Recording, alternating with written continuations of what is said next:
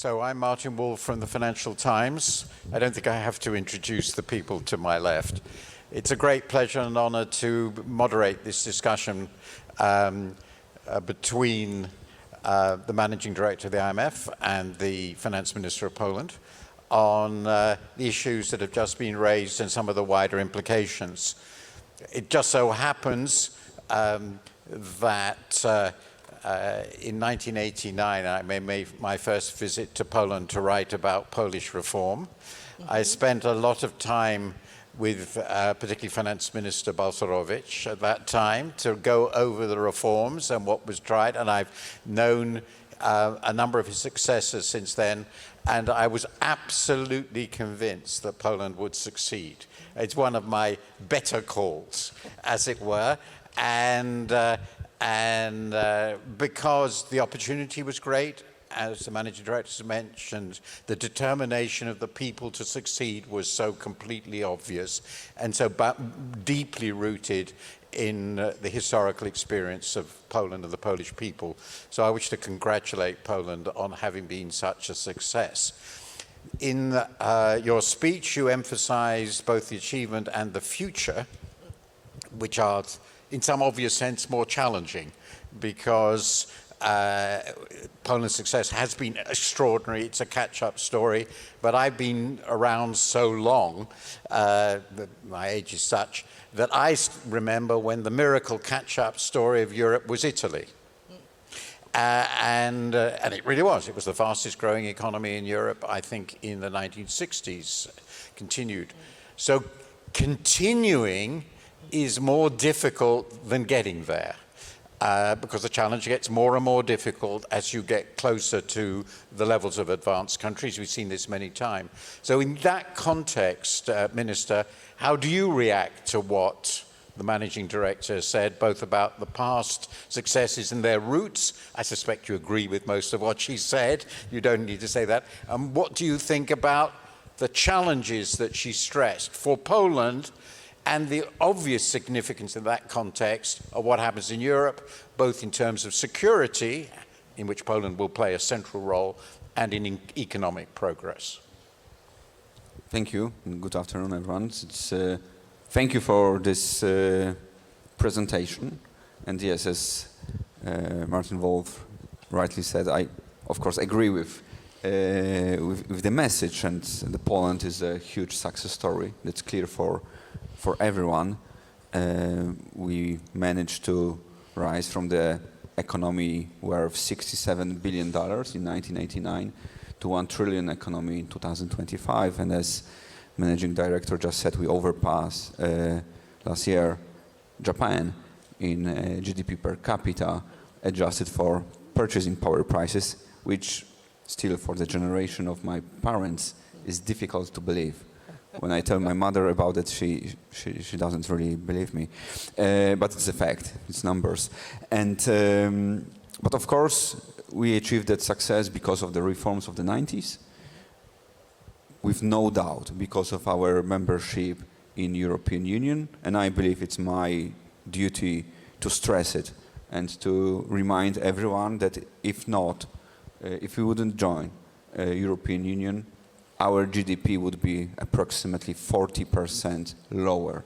This is our estimate. So we benefited a lot thanks to the access to the single market, and of course because of the flow of funds. But then, of course, there are challenges, and well, I like my Italian friends, but I will keep this what you just said as a memory and another incentive for us to work. We know where are weaknesses of Polish economy, because I believe my job right now is to focus on weaknesses. And first of all, energy. And still Poland has around 50% of our energy produced out of coal. And we can have a huge benefits of reducing it and getting more renewables and more nuclear, investing in storage, investing in nuclear, investing in grid. Then strong capital markets. We are well aware that there's only one country in Europe where households have more savings, higher share of their savings in deposits and cash than in Poland, and it is Cyprus. Well, I don't want to be so close to Cyprus in this statistics. So we need to develop new tools for people to save or invest more efficiently, and we are already doing that. Recently, we also created a new tool that will support private equity, venture capital funds in Poland, as I still believe that we need to secure the funding for Polish companies, beginning from PowerPoint, beginning for the startups, through the scale-ups to the IPO on the stock exchange. And we are working on all of that. So this is why I'm pretty optimistic about future of Poland, and we must be ambitious in our goals. Can I just ask one follow-up question before I return to the managing director? How dependent, in your view, is Poland's success in future on European reform? Is it possible as you get bigger in a Europe which has not been growing very well and has some obviously very big structural competitiveness problems? Is it possible to be, as it were, a remarkable success when the countries with which you're most closely tied economically and in other ways are not really doing a great job? Last year, Poland contributed more to the growth of European Union than Germany. Yeah, and that's what I mean. German economy is still slightly bigger than Polish one. So we are, of course, demanding reforms. We demand acceleration in, for example, the regulation process. Europe must be economic superpower, not only a regulatory one. And I believe that we have successes in this. We convince European Commission to accelerate with these omnibuses packages. We are working with this group of the 6 largest European economies also to accelerate work in the capital market union. We definitely need strong European capital markets. Of course, that being said, we also need local national stock exchanges. That's important for my perspective. But to answer your question, yes, with our potential, we demand more, and we will participate even more actively. So let me turn to you. What is your reaction to what the minister said, and particularly, are you really at all optimistic? Yeah. We've been in these debates about capital markets union, about innovation. I remember the Lisbon agenda and all this. Of course, our departure was a catastrophe for us, but leave that aside. But people are pretty cynical about whether this is going to happen. Well, I am a bit more in the minister's camp. I think 2 things are going on that are very helpful to Europe. The one is the kick that Europe got in terms of transatlantic relations. I think it is very healthy for Europe to think about depending on itself for many, many things. And that is mobilizing, and I see it. I see the discussion on defense moving towards action. I see the very important pivot that Europe has taken on trade, reaching out to other markets and developing trade agreements. Remember, there was one that was hanging loose for 25 years, and boom, it got finished. So there is this factor that Europe now recognizes that it has to step on its own feet more firmly. And the second factor is that where we see pressure is, frankly, internally in Europe, when you have populism threatening, in some countries, follow-up to the British example. When you look at the UK, and you know that the UK probably lost somewhere between 2 and 4% of GDP as a result of Brexit. Generally thought to be more. Yeah, well, I'm kind. So when you look at this, then I think internally in Europe there is now pressure for Europe to do better. I'm also positive because of the example of countries that have gone through tremendous pain during the Eurozone crisis. Greece, Portugal, Ireland, they are now among the best performing European. Spain too. Spain, yes, Spain is performing fantastically. So what that shows is what you went through, pain bringing tremendous gain, has happened in other parts in Europe. And when I talk about the role of Poland as a driver of change, I do believe that you can unite those that have gone through painful transformation, and with their strength, with your collective strength, you move Europe forward. So, Minister, the Managing Director has a very interesting perspective in a sense.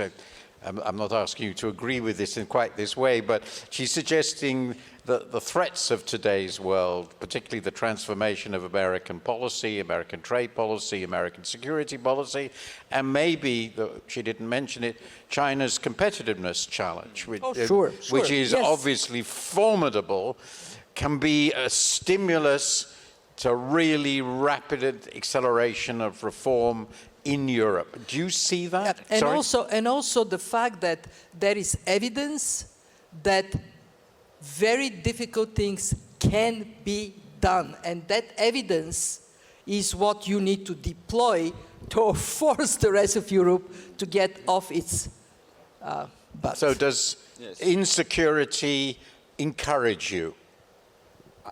First of all, let me say that after so-called Liberation Day, beginning in April 2025, there were many fears that Europe will split, that each country will try to play its own interest against each other to be slightly less punished by US tariffs, and it didn't happen. We remained united, and Europe showed solidarity. Then I'm optimistic also, as you said, Europe, first of all, I believe in Europe. And whenever I go to US, US is a good example, because when you are in US, you feel European. That's how I have.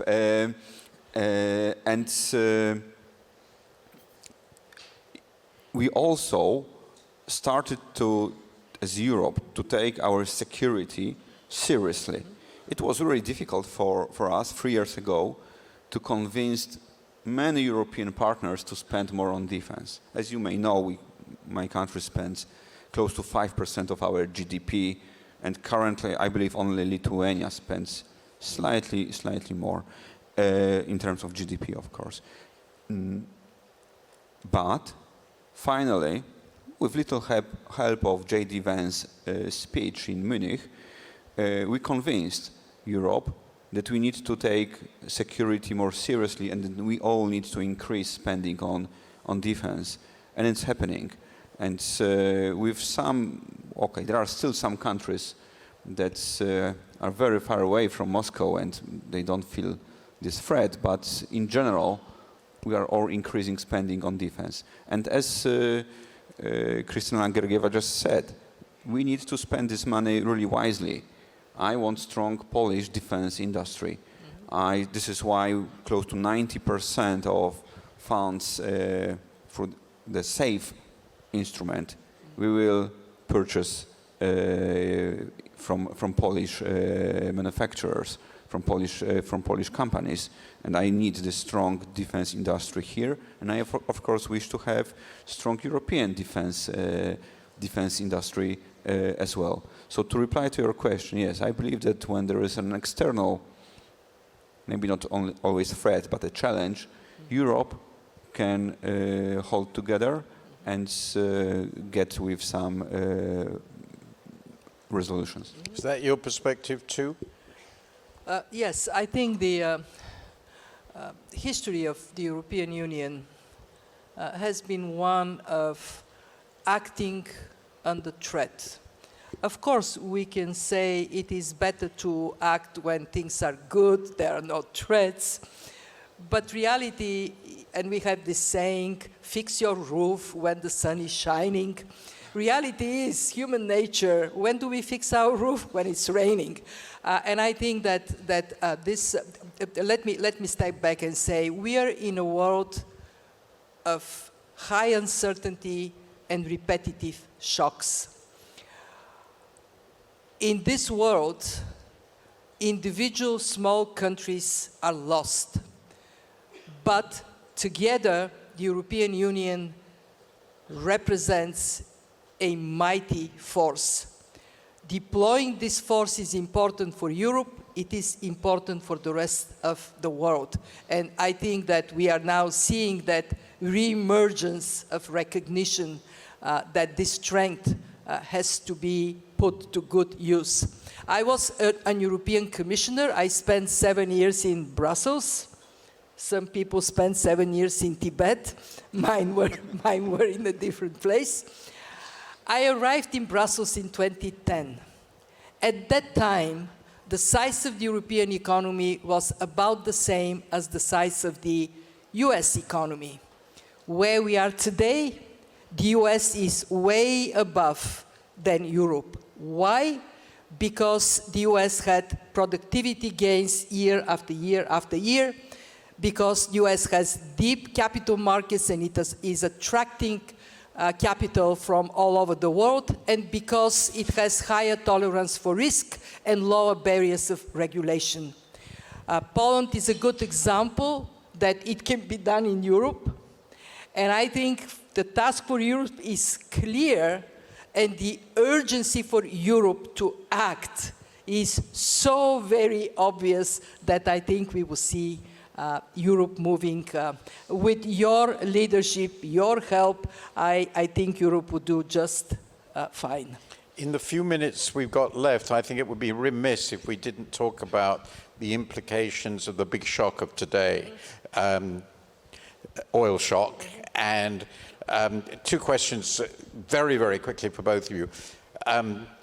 What happens to the world economy if, how significant is it in your view? Have you altered your view just published in the WEO, but it's already quite a while. What happens if the straits remain closed?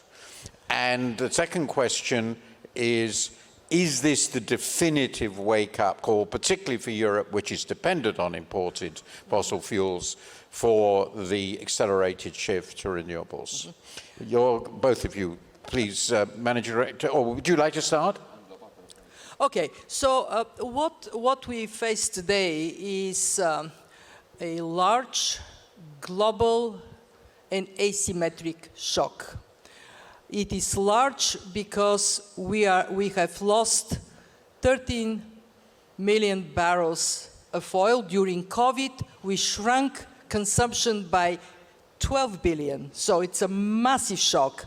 It is global because even if you are an exporter, prices, these are globally traded communities, prices are up, inflation is up. And it is asymmetric because it hits importers more, and it hits countries with no fiscal space even harder. So as of today, we have no certainty how long this would last, but we know that impact is already baked in. If the war ends tomorrow, it would take 4 months for resumption of activities. If it is prolonged, then we should expect that growth will slow down even further. It has slowed down already a little bit, and inflation would go up. What does that mean? we need to watch three things. We need to watch longevity, we need to watch impact on infrastructure. By the way, so far, the destruction of infrastructure has been minimal. It can be much worse. And we need to watch what is happening with prices and inflation. I personally am very concerned that majority of economists and policymakers are still looking at this as a transitory short-term event. It is not.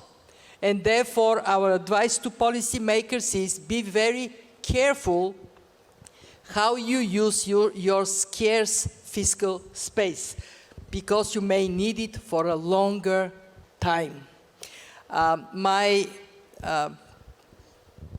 optimistic view is that whenever we have an energy shock, a year to 18 months later, our energy efficiency improves dramatically and we find alternatives.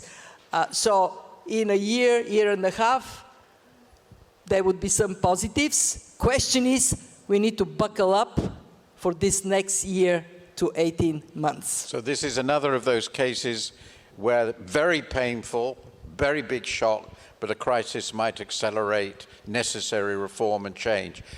You have the last word, Minister. Yes, I agree that this could, what's happening right now in Ormus could accelerate the process of electrification. And in Poland, I believe that it's particularly important to speed up this process, and maybe, but of course, it will take years, not weeks, not months. And well, it's not a shock. It's not a conflict that we started, but our people, our drivers, our economy is paying the price for it. For me, it's also important, let me say it, that another consequence of these high oil prices is better income for Russia and for Russian budget. And we know that sanctions work. We know that Russian economy was under huge pressure. And now, because of this, because of high oil prices, we are giving Putin additional, the markets or the situation gives Putin additional support, and also drawing attention away from what's happening right now in Ukraine. So you've mentioned this macroeconomic implication. I'd like to add this political or strategic implication for our region. We are basically at an end, unless you have a tiny remark as concluding. I have a tiny remark. Yes, please. I have a very tiny 3 words remark. Świetna robota, Polsko. Thank you. Since I don't know, alas, what that means. Good job, Poland. Good job, Poland. Very good. I would remind you, I think you quoted this, I think it was Jean Monnet who said that Europe is made in crisis. Well, in that case, we can say the world is very helpful to Europe at the moment because it is generating more crises, more together of different kinds than I have seen in a professional life that has now been, as a professional economist, nearly 55 years. So thank you, world. We are going to do very well in Europe as a result of these successive disasters, but I have to say I would rather do without them. Thank you very much. Very good discussion, I think. Thank you. Thank you.